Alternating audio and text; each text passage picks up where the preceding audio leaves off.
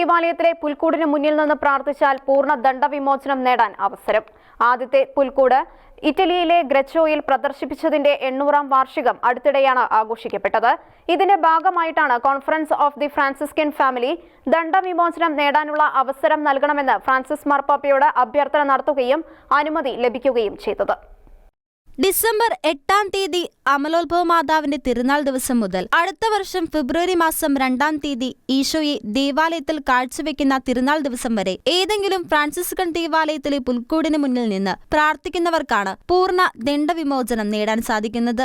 വിശ്വാസികൾക്ക് ആത്മീയ ഉണർവ് നൽകാനും കൃപയുടെ ജീവിതം സമൃദ്ധമാകാനും വേണ്ടിയാണ് ഇങ്ങനെ ഒരു ആവശ്യം മാർപ്പാപ്പയുടെ മുമ്പിൽ സമർപ്പിച്ചതെന്ന് ഫ്രാൻസിസ്കൻ സമൂഹം പ്രസ്താവനയിലൂടെ അറിയിച്ചു. ദണ്ഡവിമോചന ലബ്ധിക്ക് വേണ്ടിയുള്ള മാനദണ്ഡങ്ങൾ പാലിച്ച് ഫ്രാൻസിസ്കൻ ദേവാലയങ്ങളിലെ പുൽക്കൂട് സന്ദർശിക്കുക വഴി ദണ്ഡവിമോചനം സാധ്യമാക്കാമെന്ന് വത്തിക്കാനിലെ അപ്പസ്തോലിക് പെനിറ്റേഷനറി വ്യക്തമാക്കി. തങ്ങളുടെ വേദനകൾ ദൈവത്തിന് സമർപ്പിച്ചുകൊണ്ട് ദണ്ഡവിമോചന നിർദ്ദേശങ്ങൾ പൂർണ്ണമായി പാലിക്കാൻ സാധിക്കാത്ത രോഗികൾ അടക്കമുള്ളവർക്ക് പൂർണ്ണ ദണ്ഡവിമോചനം നേടാൻ അവസരമുണ്ട്. ദണ്ഡവിമോചനത്തിനു വേണ്ടി തിരുസഭ ഏർപ്പെടുത്തിയ മാർഗത്തോട് ചേർന്ന് കുംഭസാരം, വിശുദ്ധ കുർബാന സ്വീകരണം, മാർപ്പാപ്പയുടെ നിയോഗത്തിനു വേണ്ടിയുള്ള പ്രാർത്ഥന തുടങ്ങിയവ ചെയ്ത പ്രവൃത്തിയോടനുബന്ധിച്ച് ചെയ്താൽ മാത്രമേ ദണ്ഡവിമോചനം പൂർണ്ണമാവുകയുള്ളൂ. കത്തോലിക്ക സഭയുടെ മതബോധന ഗ്രന്ഥപ്രകാരം അപരാധമുക്തമായ പാപങ്ങളുടെ കാലിക ശിക്ഷയിൽ നിന്നും ദൈവത്തിന്റെ തിരുമുമ്പാകെയുള്ള ഇളവ് ചെയ്യലാണ് ദണ്ഡവിമോചനം. പാപം മൂലമുള്ള കാലിക ശിക്ഷയെ ഭാഗികമായോ പൂർണ്ണമായോ ഇളവ് ചെയ്യുന്നതിനെ ആശ്രയിച്ച്